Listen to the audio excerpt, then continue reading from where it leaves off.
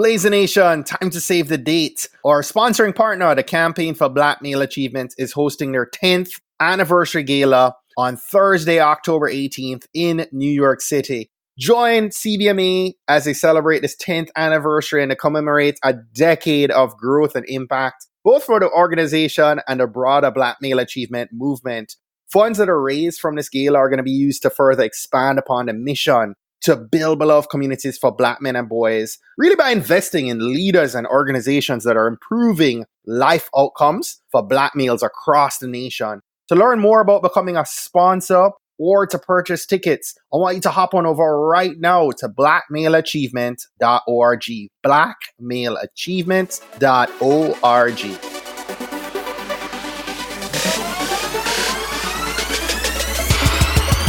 You're listening to the Trailblazers podcast, where we will explore the stories of successful Black professionals. Join us as we highlight the knowledge, resources, and tools of these accomplished trailblazers to help provide the know-how, confidence, and motivation you need to blaze your trail.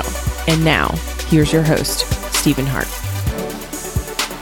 Blazer Nation, what's good, y'all? Listen, I actually just finished probably one of the most difficult but most rewarding weeks of my year. Actually, this past Tuesday, had the opportunity to deliver a talk in front of a couple hundred people at Podcast Movement 2018. And by God's blessing and mercy and grace, was able to get up in front of a packed room and deliver a value-packed message that was well received. And I'm so blessed and appreciative of the organizers, Dan and Jared, big ups. Appreciate you guys giving me an opportunity for the second year in a row to share my heart, share my message, share some mission fuel with your audience. And it just felt so encouraged by everyone that came up over the course of that day and the rest of the week that I was there, just sharing how much they were just inspired and filled up with just inspiration to take the next step and to take action with developing a very targeted approach. I spoke about riches being in the niches and really having to target a specific someone with your message. And so it was terrific. I really enjoyed having that opportunity once again. Listen up, we're about a month away. I thought we were going to jump in back to live interviews in August, but I'm working through some things on my end and truthfully giving thought this weekend to really spending the month of August working through some product development. I am myself looking at ways to begin monetizing some of what I'm doing so that I can materialize and realize some dreams that I have as well and goals that I have for this year. So I'm going to continue this summer series for one more month and we'll jump into our entrepreneurship series, which is coming right as we get out of this summer time frame. I have some amazing episodes that we've already recorded that are ready for you. And I'm so excited once we get into that series to share that with you. So listen up, I am going to bring back a past episode. We're going to go upon the replay today and go back to, after I've gone through this past couple weeks of having to be mentally tough and just grind it out, I thought I would bring back probably the best guest we've had on the podcast today, who talked about the power of showing up and being relentless, and just mental toughness was the message and the theme of this episode. I'm referring to episode 52 with Baldwin. I thought we'd bring this episode back and, just allow you guys to take this in. Hope you enjoy, and we'll catch up with some more information about where we're going with this entrepreneurship series in September. So enjoy the week and we'll talk again soon. Dre, thank you so much for coming on the podcast today and being our featured guest. Absolutely. Thank you for having me. Excited to be here. Yeah, man. So, we start all our episodes off from a place of gratitude. It allows us to kind of just refocus and retune and humble our mindset. So I want you to share with our audience what you're most grateful for in your life right now. What I'm most grateful for is the opportunity to spread a message. And that's not just my personal message, but for any person to spread their message. Some people's message is displayed through playing a game of baseball. Some people's message is through writing books. Some people's message is through posting videos on Instagram. Everyone has a message to display to the world, because if you're alive, there is a destiny. There's a purpose you're on this planet for every single day, no matter how low your situation is. Each one of us needs to think of the fact that we are thankful for the opportunity to share whatever that gift may be, even if you haven't discovered it yet, even if you haven't been able to get it out there yet, to someone else in the world, because there's someone out there thinking that they're alone. They're just waiting to hear your message. And I'm thankful for the opportunity to every single day reach at least one new person who hasn't heard me before with my message. That's awesome. So Dre, first things first, whenever I have someone with 200,000 followers across social media, I mean, you're everywhere. You're on YouTube, Facebook, Twitter, IG. For those listening, Dre's done over 5,000 videos on YouTube that have generated more than 38 million views. And the marketer in me, Dre, has got to take a pause and acknowledge that. So allow me to say congratulations on a job well done, building an amazing and engaging following over like a decade now, right? Yeah, it's been over a decade. Thank you. Dude, that's simply amazing. So as of today, you're the world's only mental toughness, confidence, and discipline expert. I love that. And, I want you to share with us what really ignited this path for you and why the niche that you've chosen. Well, the thing is, it wasn't like I woke up one day, Stephen, and just said, all right, I'm going to specialize in mental toughness, confidence, and discipline. It actually came from my background as an athlete. I coming from the inner city in Philadelphia, we play sports. You play football in the streets, and then you play basketball at the park. Those are the only two sports pretty much everybody played. There was a field there at the park, but nobody was on it. There was a tennis court, but nobody was using it. Everybody was playing basketball, or you were in your driveway playing football. So I started out playing football, couldn't really afford the equipment. My family couldn't afford the equipment, so I moved on to baseball. Played that for a few years, but I didn't have really any talent. So then I finally moved on to basketball around age 14, and I was a terrible basketball player. And all the other players, especially if you think about a player who's going to become even a college player, let alone a pro player in basketball, they start pretty young. They start at age 8, 9, 6, 5 years old playing basketball. So I was behind the curve. So a lot of my friends who were my age were a lot better than me. Even the younger kids were better than me. Even the female players were better than me when I started playing at age 14. And I figured the only idea I had at the time, because mind you, there's no YouTube I can go to watch videos. There's no one I can email. There's no podcast for me to hook up. My dad didn't play basketball. My dad's 5'9". He's not a basketball player. I got a sister. She didn't play basketball. My mom's 5'7". She didn't play basketball. No one took me under their wing. So I figured the only way I can catch up to these other kids, just catch up, let alone get better than them, was to show up to the park when they weren't at the park.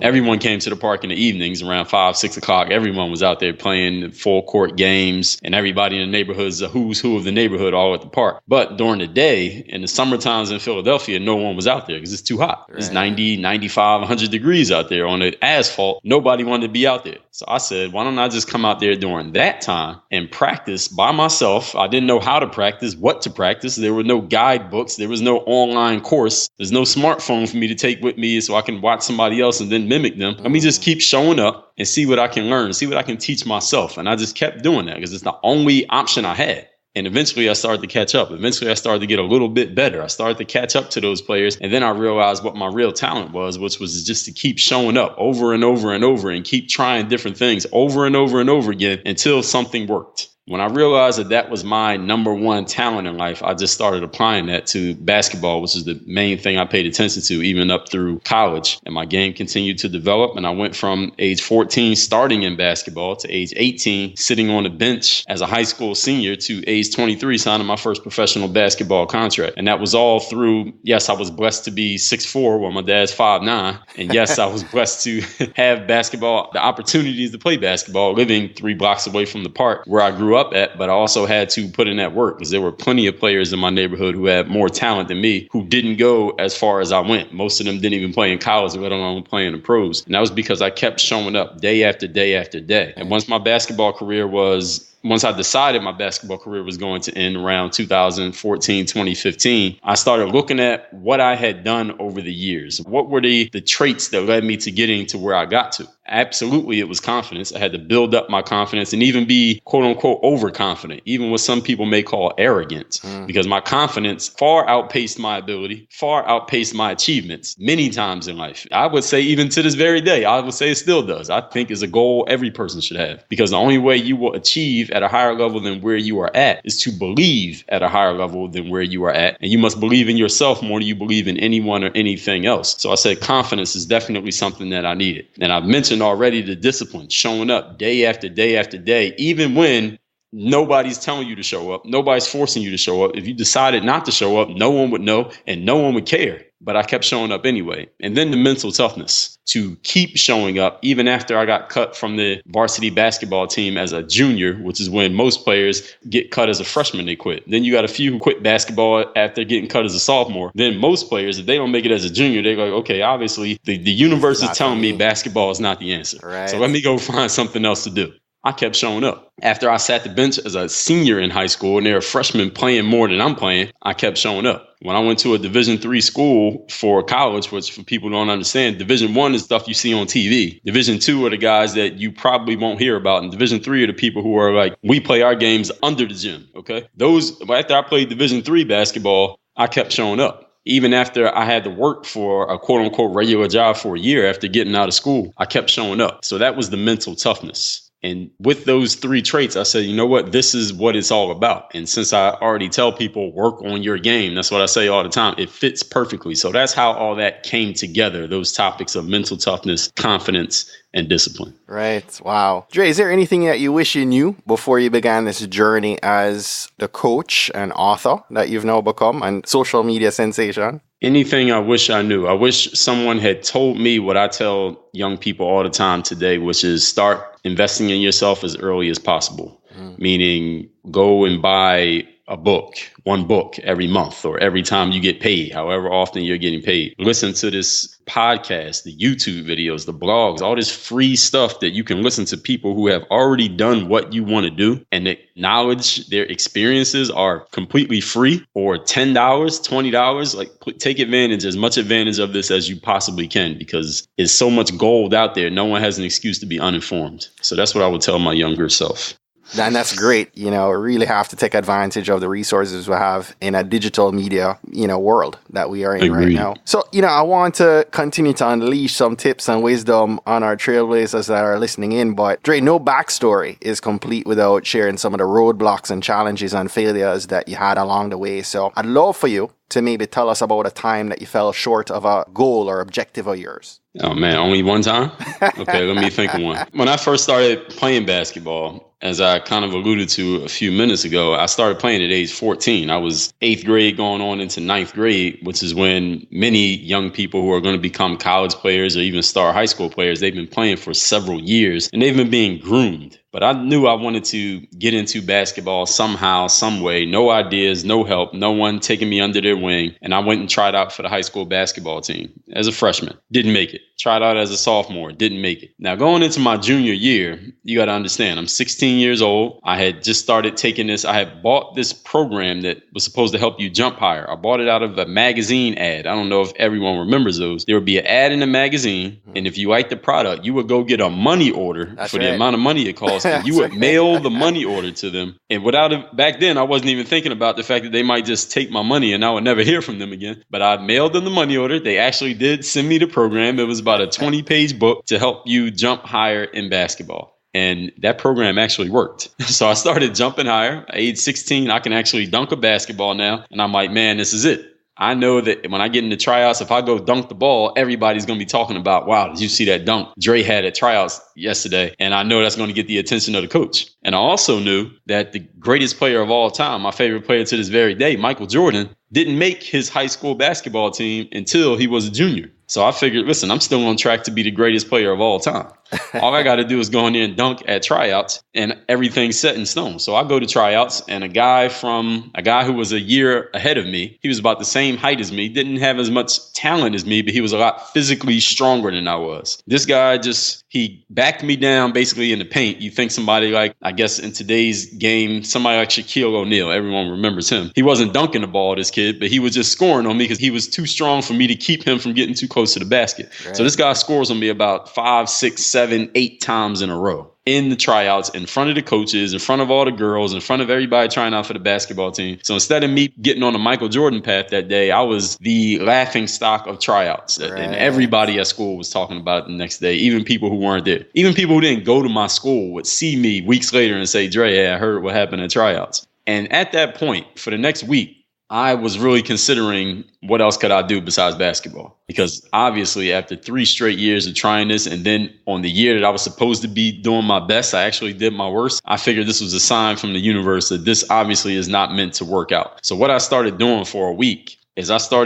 was actually doing this practice in my mind. I had been doing it my entire life. And up until that point at age 16, this is 1998. Didn't have a name for it. I had never heard anyone describe it or discuss it, but it's called visualization. Mm-hmm. I had always visualized where I was going to be, who I was going to be, what I was going to do. And I had visualized an athlete up to that point. But obviously the universe was telling me that's not going to work out. So for a week, I tried to reconstruct that vision. What else can I be? Maybe I could be a rapper. Let me go start writing some raps. That didn't work out. That didn't last long. Then I said, maybe I can do really good at school. Maybe I can just focus on school and get really good grades and, I don't know, get out of school and get a good job and live happily ever after. Now, that didn't work out either. That didn't last long either. Every vision that I had, it came right back to playing basketball. But I'm confused. I'm arguing with myself. Like, why does this vision keep coming back to basketball when obviously this is not working out? But I decided to give it one more try. I went and played for a local recreational league in my neighborhood at the park. Played for that team during my junior year of high school. I actually played very well on that team. And then my senior year, I finally made the basketball team. But even then, I sat the bench. I averaged 2 points per game as a senior in high school. So no one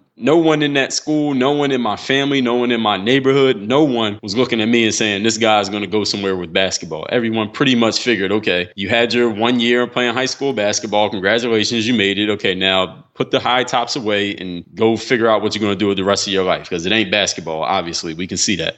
But I decided to keep going with it. My game started to develop a little bit more. I started to grow into my body, grow into my talent over that summer, which was probably the most pivotal summer of my life, that summer after high school, but before college. Wow. Right. Yeah, so then I walked on actually at a school that was 2 years athletically, but it was 4 years academically. So it wasn't a junior college. It was a regular 4-year school. But at the time, you could only play basketball there for 2 years. I went there as a freshman, and that summer, while I was in the gym working out on my own, I met a guy who ended up recruiting me to an NCAA Division III school, and the rest is kind of history. Not really, but I don't want to get too deep into just this one answer. But that was the time, I would say, during those high school years where it really wasn't working out, and I was really questioning what my life was going to be about, because I really couldn't come up with another vision. Wow. So let's leap forward for a little bit here. I know you've got this platform that you've built now, but tell us what you're really passionate about doing now, today, in your day-to-day. What I'm most passionate about doing today is the same thing that I've been doing since I started being on the internet in 2005, and that's empowering my audience. Empowering meaning not just giving you something that's going to motivate you, not just entertaining you at times, not just giving you a bunch of information, and not just sharing my stories and experiences and opinions and the things that I know to be true that may help you down the line. When I say empowering, what I mean is I want to give you enough that the questions that you have for me today, 5 years from now, someone else is asking you and you're providing the answers. Right.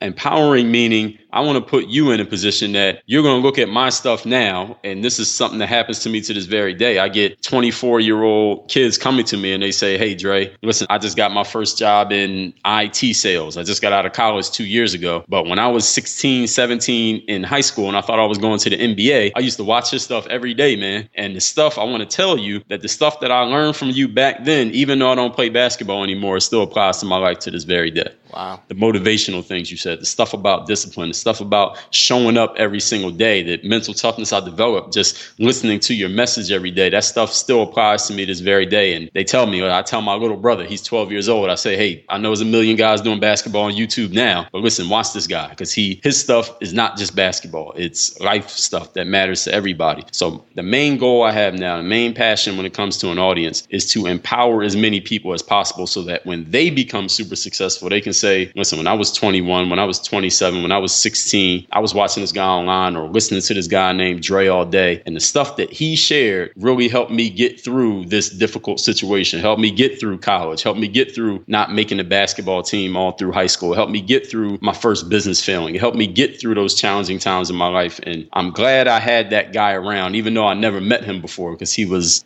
a virtual mentor to me. Love that, man. Let's maybe carry this forward. How are you using social media? Because you're now a veteran, right? You're like a godfather in YouTube, right? So how are you successfully in 2016? What strategies are you using in social and digital today to be able to achieve that vision and that goal of being able to empower others? Well, number one thing is to get in front of as many people as possible. Have as many people listening to you or watching you or reading you as possible. There are some people out there who only really consume videos. That's all they do. They watch maybe Snapchat, Instagram, Facebook, and YouTube. They don't do a lot of reading. They don't listen to podcasts. Right. Then you have people who only listen to podcasts. Maybe they don't have time. They may have kids, so they don't have time to sit down and look at a YouTube video or watch a live stream. But when they're driving or they're washing the dishes or they're taking care of their kids, they can have a podcast and the earbud in one of their ears, the other ear open, so they're listening. Then you have people who like to read. There are people who maybe they write for a living, or maybe they work at a desk where they have a lot of downtime, so they're just on their computer reading all day. So they may want to find a good blog or some good books. So I want to make sure I'm available on every platform. That's why I like to write. That's why I write every single day. I record things video-wise every single day. I have a podcast that comes out every single day. So I want to be on every platform that's out there so that I can be in front of as many people as possible. Now, while I'm in front of those people, while I'm on those platforms, I want to make sure I'm consistently producing content.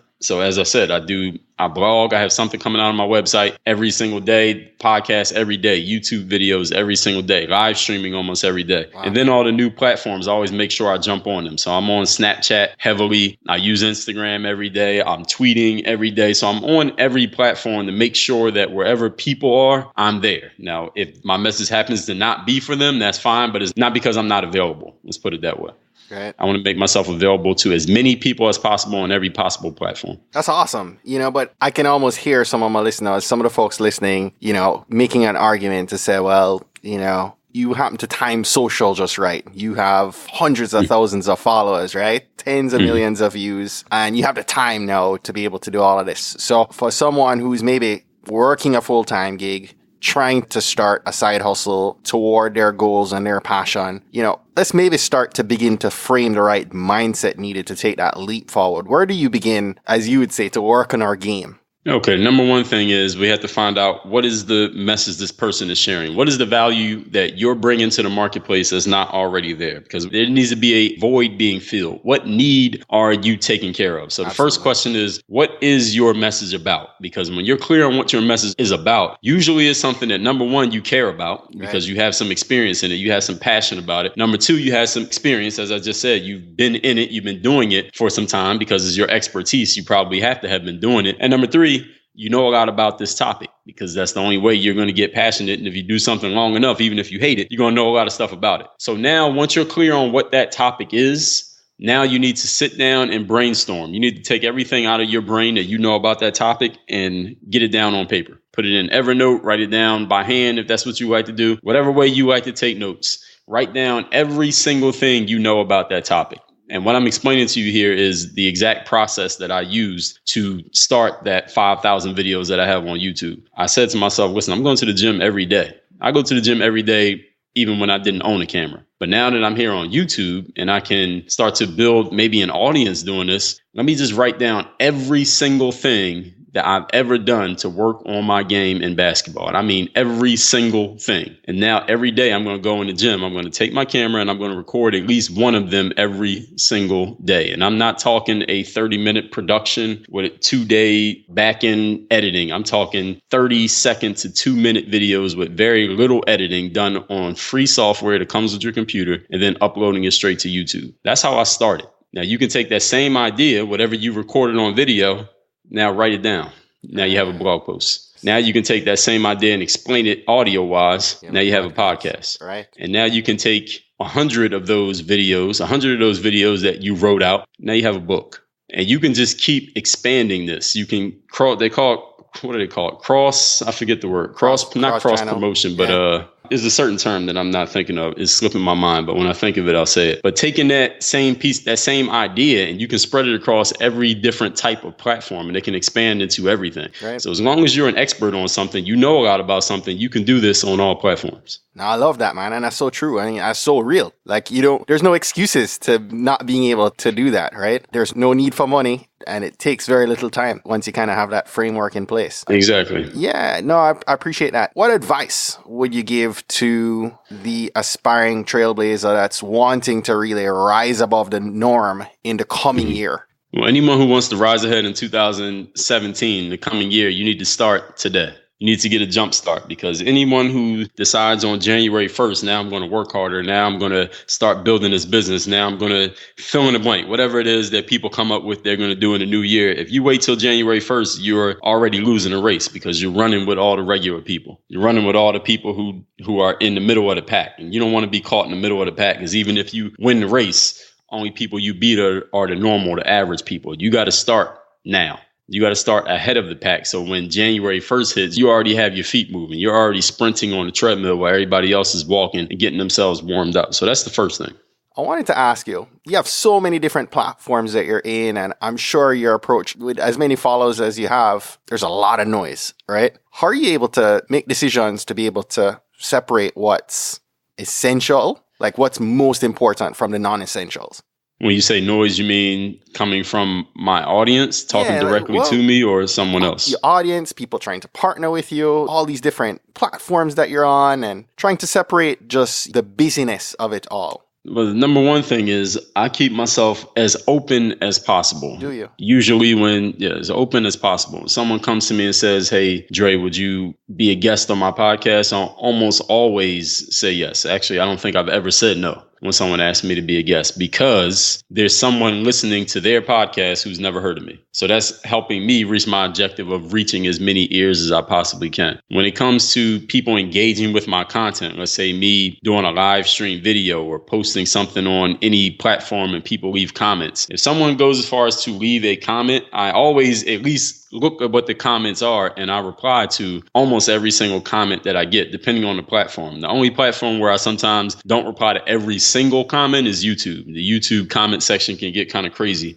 Yes. But overall, I still read and reply. I've read and replied to more comments than anybody on YouTube, any YouTuber in history, I would venture to guess. So I try to stay as connected as possible to an audience, and I want people to know that they can reach me directly. When it comes to my business, I want people to know that they can reach me directly, and when they get something with my name on it, they're getting it from me directly, and it has my stamp on it. Right. So that's important to me. So, we're going to get set to wrap up. But before we do, our audience loves to hear your resources and tools that you're using on a day-to-day. So, I'd love for you to maybe share, a couple of books that you've read that have inspired you most. Okay, great. I'll give you 5. Is that all right? Can I give you 5? Number 1, I'll give you The 48 Laws of Power by Robert Greene. That is my favorite book of all time. It is exactly as it sounds. 48 chapters, each one of them giving you a different law of power. So anyone who's listening to this, if you feel like there is some area of your life or multiple areas of your life in which you don't have as much power as you would want to have, read the 48 laws. I guarantee, and this Robert Greene says this in the introduction, is you are violating at least one of those 48 laws. And that's the reason why you don't have the power that you want. And I've read that book 100 times. Number 2 book, The Law of Success by Napoleon Hill. Now, I know everyone knows of Think and Grow Rich by Napoleon Hill. This is the best-selling business book of all time. But Think and Grow Rich was actually derived from a book called The Law of Success, which was written 9 years earlier in 1929, before Think and Grow Rich came out in 1938. The law of success is basically, you can fit Think and Grow Rich in the law of success. And the great thing about Napoleon Hill is that, as I just told you the dates, the book was written almost 100 years ago, but you can read it today and it sounds like someone just wrote it. It's written in very plain English. It is very straightforward. You can't tell where this guy is from, if this guy is a certain religion, if he's from a certain background. It's straightforward. Anyone who can understand English can read that book and will learn it. And it is exactly as it says. It is the laws of success in life. Anything you want to achieve success-wise in life is covered in detail, not just what, but how, when, where, and why, all covered in the law of success. Number 3 is Relentless, and that's by Tim Grover. Tim Grover, for those who don't know, was Michael Jordan's personal trainer during his basketball career. And Tim Grover wrote his book, Relentless, is a leadership book, is a mental toughness book, is a discipline book. And Grover uses examples of what basketball players he's worked with, not only Michael Jordan, but also Dwayne Wade and also Kobe Bryant in the second half of Kobe Bryant's career, were his personal clients. Wow. And he talks about the traits needed, the disciplines needed, the principles you must follow if you're going to push yourself at the level that a Michael Jordan or Kobe Bryant. And if you ask any basketball fan, the last two generations of basketball players, at least before Kobe retired, Michael Jordan and Kobe Bryant were always revered as the hardest working guys. Always the guys who worked harder than anybody else who were playing in the league since 1984 when Jordan came in the league. That's 30 plus years. These have been the two hardest working guys. Grover worked directly with both of them. So he knows a lot of principles of hard work and success, and the mindset that fuels it is not just hard working, but is a mindset that goes into it. So what is that? Is that 3 books? Yes. Book number 4 is called The 10X Rule. That is by Grant Cardone. Now, Grant Cardone he really specializes in talking about sales, but this book is about multiplying everything by 10 when it comes to your effort levels, your energy, and your expectations. And expectations meaning not only what you expect to get from life, but what you will need to give in order to get it. Because many people underestimate, I think we all can relate. We've estimated, okay, I'm going to do this project. It's going to take me a month and ends up taking a year. Or you think you're going to take care of you're going to start a new website. It's going to take you 3 weeks. It takes you 3 months, or maybe you're still working on it to this very day. Right. So the 10X rule is about not only multiplying your goals, multiplying what you want from life, but also what you need to give in order to get it. It's a good motivational book. Reading the 10X rule or even listening to the audio book will get you thinking bigger just by listening to it, just the energy in the book. And the number 5 book I'll give you will go back to Robert Greene. This is a book he co-authored with my favorite rapper, a guy by the name of 50 Cent. The book is called The 50th Law. And that book is 10 rules about being completely fearless. Because what Robert Greene said when he did the book was he sat and met with 50 and he shadowed 50 for about a week or two. And the number one trait he noticed about 50 Cent was that the guy was just completely fearless. And I guess that's the kind of mindset you cultivate when you have somebody shoot 9 bullets into you from point blank range and you don't die. What is it you could possibly be afraid of? Right. And the whole premise of the book is, no, you don't need to get shot 9 times to be fearless like 50, but you must make it a choice instead of having it forced upon you as 50 did. And that book, again, those are my top 5. Those are 5 books. Those are my Bible. I've read and reread each one of those books at least 15 times. Wow, that's great, Dre. Dre, what's something small that you've done this month that you're proud of? Something small I've done this month that I'm proud of. Something small I've done this month is I finished a book. I actually read Grant Cardone's newest book called Be Obsessed or Be Average. And one of the things he talks about in that book is if you're going to build a big business, if you really want to do big things business-wise, you can't do it alone. You got to have a team. You got to have the best people, and the investments that you make in your people will multiply themselves by 10 in what you get back. And it reminded me, though I have a team of people who work with me, I need more people. I need more talented people. I need to make more of an investment in those people because it's the only way I'm going to go further. And as we've talked about already, I do so many things. I have my hands in so many things, but I'm not the best. I'm not the most talented at all of those things. So there's definitely someone out there who could do the job better than me, take that off of my hands and leave me to do what I do best. And that's the only way anyone's going to really move forward quickly in business is to empower other people to be on your team with you, not just try to do it all by yourself. And when he said it, it made so much sense. I guess it's not so much a small thing, but is an idea, is the thought that I had that changed the way I was thinking about things is the answer to your question. Oh, absolutely. I love that. Dre, tell us the name of an online resource. Could be an app, software, or tool that you use every day and you just can't live without it. I really love Slack. Really? I didn't use Slack much until around about September or October of this year. But once I started using it, it helped save my sanity because my Gmail inbox was getting out of control, going back and forth. And, those email strings, for anyone who uses Gmail, you got like you and this other person have exchanged 65 messages and you got to go back through and try to figure out where was the attachment and who said what. But Slack is great. It's kind of like instant messaging, but it keeps everything in one app. Everything is neat and tidy. You can bounce between teams, bounce between private conversations. You can share files, share links. It's perfect. So I love Slack. Yes. And I'm glad it's free. Yeah, absolutely.